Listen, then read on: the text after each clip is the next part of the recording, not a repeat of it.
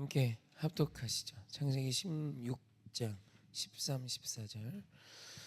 하갈이 자기에게 이르신 여호와의 이름을 나를 살피시는 하나님이라 하였으니 이는 내가 어떻게 여기서 나를 살피시는 하나님을 배웠는고 함이라. 이러므로 그 셈을 부엘라 헤로이라 불렀으며 그것은 가데스와 베레 사이에 있더라. 아멘. 이스마엘 탄생 에피소드를 다루고 있는데요. 우리는 좀 이렇게 성경을 좀 알고 성경 공부를 조금 하신 분들은 이스마엘이 모든 이렇게 지금의 이슬람 아랍인들의 조상으로 많이 이렇게 여깁니다. 근데 그거는 조금 문제가 좀 그렇지는 않습니다. 모든 아랍과 모든 이슬람의 시조가 이스마엘이야. 이거는 물론 조금 한 축은 이스마엘의 후손이라고 볼 수 있지만 그들 모두나 어떤 이슬람 전체가 이스마엘에 기인한 무엇으로 보기에는 아직 좀 논쟁이 있습니다. 많이 있습니다. 그리고 실제로 이렇게 아랍권의 모든 나라가 이스마엘의 후손으로 보기에는 어려운 부분이 더 많습니다. 물론 이제 아랍인들 또 사라센인들 대부분 이제 지금 아랍 국가를 이루고 있는 자들의 시조라고 주장하는 분들도 있어요. 이런 결정적인 이유 중에 하나가 이제 꾸란에 보면 이스마일이라는 인물이 나옵니다. 그 사람이 아브라힘의 큰아들 이스마일이라고 나와요, 꾸란에. 그리고 그가 이슬람의 아주 중요한 시작이죠. 그래서 이 아브라힘은 이제 아브라함으로 이야기를 하기도 하고 또 아니다라고도 이야기해요. 여러 가지 사실 많은 논쟁이 있습니다. 그래서 이것을 아브라함으로 보아도 이스마일이라고 번역된 그 꾸란에 나오는 그 사람이 오늘 창세기 이제 24장쯤 가면 이제 이스마엘의 족보가 나오는데 족보가 이렇게 일치하지 않습니다. 그래서 그 인물이 이스마일이냐?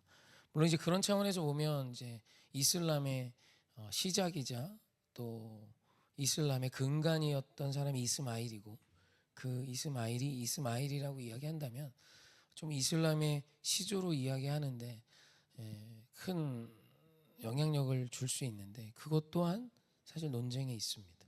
분명한 하나는 이스마엘의 후손이 지금 아랍을 이루는 또 이슬람을 이루는 민족의 한 축을 갖고 있다라는 것에는 큰 이견이 없는 것이죠. 그리고 그렇게 태어난 이스마엘은 사실 그 이스마엘의 때 그리고 그 이후 이제 그의 후손으로 이제 추정되는 사람들이 굉장히 많은 전쟁을 했다고 합니다. 그래서 하나님이 말씀하신 예언대로 이루어진 것은 맞죠. 그래서 오늘 우리가 좀 주목하고 싶은 것은 이건 좀 이제 우리가 그래도 이스마엘에 대해서 창세기에서 다루고 가는데 좀 한국 교회가 갖고 있는 오해들을 혹시 또 논쟁이 될 수 있는 부분에서 좀 이렇게 지식적인 참고하는 부분이 되셨으면 하는 바람에서 말씀드렸고요. 오늘 우리가 좀 생각해 보고 싶은 것은 살피시는 하나님입니다. 살피시는 하나님. 이게 하갈의 고백이에요. 그래서 이것을 여호와 샬롬, 여호와 이레, 여호와 라파 많이 들어보셨죠? 혹시 여호와 로이도 들어보셨습니까? 이게 이제 여호와 로이라는 뜻이에요. 여호와 로이라는 표현도 있습니다. 여호와 샴마 이런 뜻도 있죠. 늘 거기 거하신 하나님, 여호와 로이, 살피시는 하나님이라는 표현인데 이 고백을 하갈이 합니다. 우리는 좀 하갈을 미워하는 경향이 한국교회에 좀 있는 것 같습니다. 그럴 이유는 없습니다. 하갈 또한 하나님이 사랑하신 여인이고 그 여인을 축복하신 분이 또 하나님이십니다. 그리고 그 하갈이 살아계신 하나님의 그 거룩한 은혜를 고백하며 여호와 로이를 고백해요. 나를 살피셨다라는 것이죠. 그러면서 그 나를 살피신 하나님, 이 아무것도 아닌 종된 여인, 쫓겨나서 도망갈 수밖에 없었던 연약한 나를 돌아보신 세상을 지으신 분, 그분에게 충격을 받고 은혜를 누리고 하갈이 그가 있었던 그 셈을 부엘라 헤로이라고 합니다. 이걸 좀 번역하면 세 단어가 합쳐진 건데 부엘, 파에르라는 단어에서 기인한 표현으로 우물이란 뜻이고요. 그다음에 라하이, 부엘라헤에서 라하이는 살아있는 자라는 뜻이고 로이는 보고 있다, 살피다라는 뜻입니다.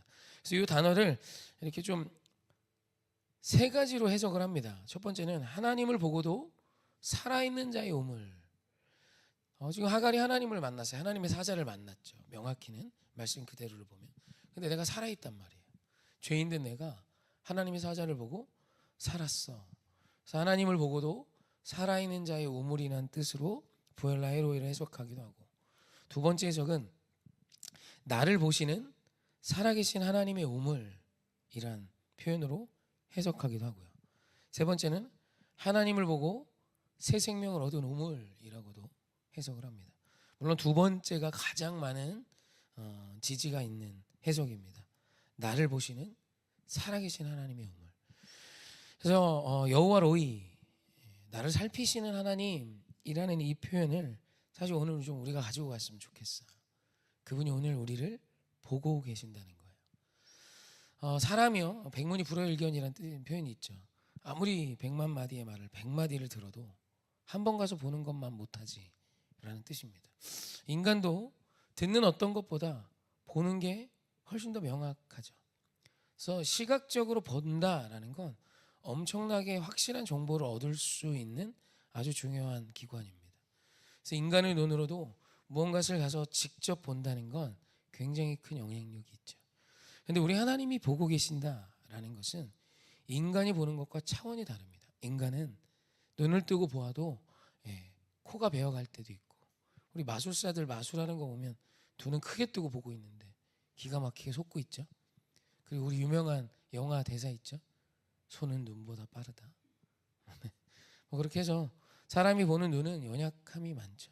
하지만 여러분, 하나님이 보고 계신다라는 이것을 우리가 조금 생각해 보면 우리 인생에 굉장히 많은 것이 바뀔 수 있습니다. 여종 하갈의 억울함 얼마나 크겠습니까? 우리 대체적으로 억울하시죠? 제가 이렇게 가만히 목회하니까 특히 여성분들은 억울함을 하나씩 갖고 계신 것 같아요. 늘 억울합니다. 뭐가 막 억울해요. 오해가 크고 나에 대한 어떤, 너에 대한 어떤 억울함이 많죠. 남자인 저도 억울함이 있습니다. 아내 앞에도 억울할 때도 있고, 특히 우리 애들도 막 혼날 때 엄청 억울해하죠. 아닌데, 내 마음은 그게 아닌데, 엄마가 몰라준다고.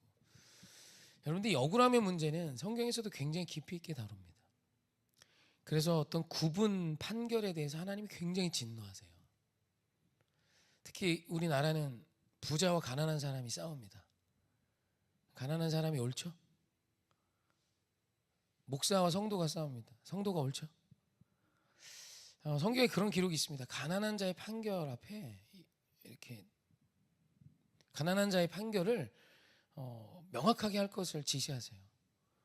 아무리 가난해도 지은 죄를 명확히 밝혀야 된다는 거죠. 그때 그 시대에도 가난하고 연약한 자의 편을 드는 경향이 있었어요. 그러나 공의는 그럴 수 없죠. 그래서 오늘 우리가 어떤 이 억울함에 대한 호소를 굉장히 많이 합니다. 그래서 하나님은 구분 판결을 굉장히 진노하세요. 억울함을 다루고 있는 거죠. 옳지 못한 판결로 억울해지는 사람이 너무 많거든요. 또 그 무엇보다 그 시절, 오늘 이 말씀의 배경이 됐던 때에 여자의 억울함은 이루 말할 수가 없었을 것이고, 거기다가 여종의 억울함은 누가 알아주겠습니까? 그런데 하나님께서 그 여종 하갈에게 찾아와 살피시는 하나님이심을 말씀하세요.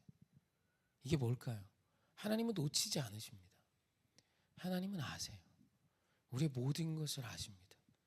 그래서 여러분, 나를 아시고 우리의 모든 것을 아시는 그 하나님을 믿으면 억울함의 문제로부터 많이 자유해지실 수 있습니다.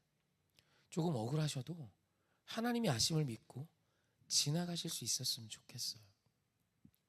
억울함의 문제를 해결하지 못하면 그게 나를 아프게 합니다. 그리고 그것이 관계를 깨트립니다. 그런데 그런 우리에게 가장 억울한 여종 하갈에게 무슨 말을 할 수 있겠습니까? 물론 임신했다는 사실로 자기 주인인 사례를 멸시했다라는 이것은 분명히 하갈의 그릇됨이지만, 그래도 여종의 그 억울함을 여러분, 우리가 언뜻 생각해도 얼마나 크고 많겠습니까? 그런 그 여인을 하나님이 살피세요. 사람도 사람 취급하지 않는 물건 하가를 하나님이 찾아와 만나주시고 그 여인에게 내가 보고 있다를 말씀하십니다. 그 부엘라 헤로이, 우리를 아시는 그 하나님, 우리를 보고 계신 살아계신 하나님의 우물을 고백하는 거예요. 여러분, 우리에게 이 부엘라 헤로이가 있었으면 좋겠어요. 때로는 억울한 일이 있고 남이 알아주지 않아 괴로울 때도 있고, 내가 또 너무 잘하면 우리 또 홍보하고 싶잖아요. 내 덕인데, 그죠? 내가 잘했는데. 그런 그때 하나님이 이런 표현 하시죠. 마태복음 6장 3절로 4절 함께 한번 합독해 볼까? 시작. 너는 구제할 때 오른손이 하는 것을 왼손이 모르게 하여 내 구제함을 은밀하게 하라. 은밀한 중에 보시는 너희 아버지께서 갚으시리라. 아멘. 이것이 여호와 로이의 이야기예요. 내가 알아. 그러니 너의 그 모든 상을 나로부터 받았으면 좋겠어. 사람의 박수와 찬사와 갈채로 그 상을 대신하지 마. 이 모든 것을 보고 계신 하나님이시기에 말씀하시는 것이죠. 요한복음 15장 22절입니다. 함께 합독하십시다. 시작. 내가 와서 그들에게 말하지 아니하였더라면 죄가 없었으려니와 지금은 그 죄를 핑계할 수 없느니라. 이 또한 여호와로이 아시는 하나님이 말씀하시는 것입니다. 사랑하는 성도님, 오늘 우리가 하나님 보시기에 아름다운 오늘을 지내고 계신다면 세상의 어떤 평가나 사람의 말들 앞에 좌우되지 마십시오. 우리 주님의 그 거룩한 전능한 눈이, 불꽃 같은 눈이 나를 지키심을 넘어 오늘 우리의 모든 것을 아시며 우리의 삶에 억울함이 없는 놀라운 해석과 은혜와 회복으로 역사하실 것입니다. 그 하나님을 만나자 세상 가장 억울한 여종 하갈이 회복되어 부엘라 헤로이를 외치며 이스마엘의 어머니로 또 다른 큰 민족의 시조로 살아가게 됩니다. 사랑하는 성도님, 오늘 저와 여러분에게도 이 하나님이 함께 하십니다.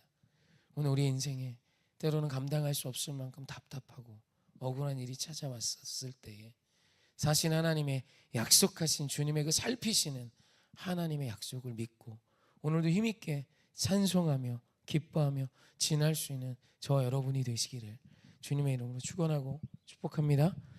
아멘. 우리 너 예수께 조용히 나가 우리 3절 4절 한번 고백하고 찬양 기도했으면 좋겠습니다.